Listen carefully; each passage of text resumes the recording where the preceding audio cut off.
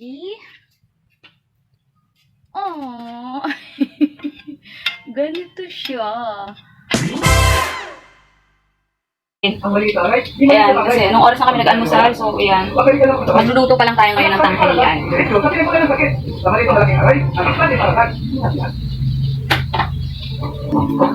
So ayan, sasain muna tayo guys.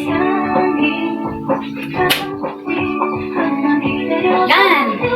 Tapos mamaya magluluto na lang ng siguro magpritong isda at saka gulay.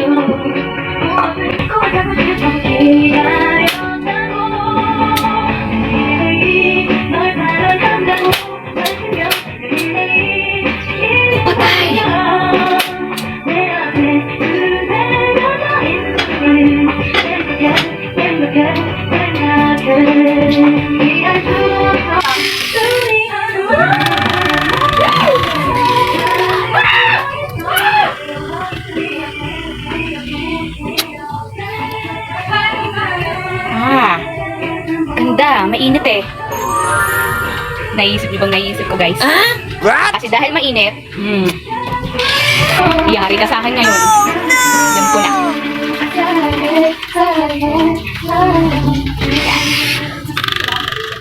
Ayan, dahil mainit ngayon, dyan ka muna. Ganito yung mga alternatibong pamamaraan. Hayaan na muna natin yan sa initan.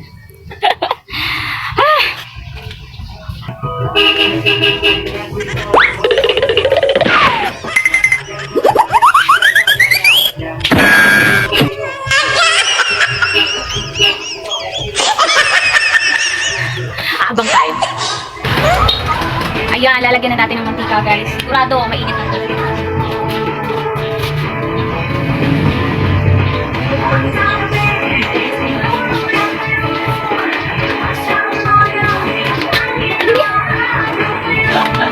Tingnan natin kung talagang epekto to. Siguro naman epekto to kasi imbis na isda yung lulutuin natin, magbabago tayo ng lulutuin ngayon.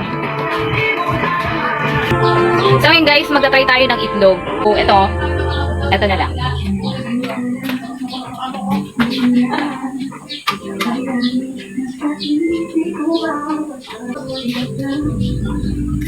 Yan. So yan, tanggal natin. Teka lang.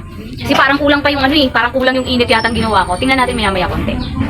Parang mape-fail yata. Kasi masyado, akala ko sobrang init na. So hindi pa pala. So ayan. So yan pa lang siya guys. So wala, no choice. Abangan ko na lang tuloy na kung anong mangyayari. Wait lang. So yun, nakakainip guys. Kasi hindi naman pala ganun siya pala kainit na ilagay ko na siya. Tingnan nga natin ulit. So ayan, may kaunting pagbabago naman pala. Ayan, napansin niyo guys, parang nabula-bula nga siya. Yung paligid. Mamaya ulit. Tingnan natin. Pag naluto to, talagang ulam talaga to sa akin. Init. See? Oh, ganito siya. Parang naubos ng pasensya ko.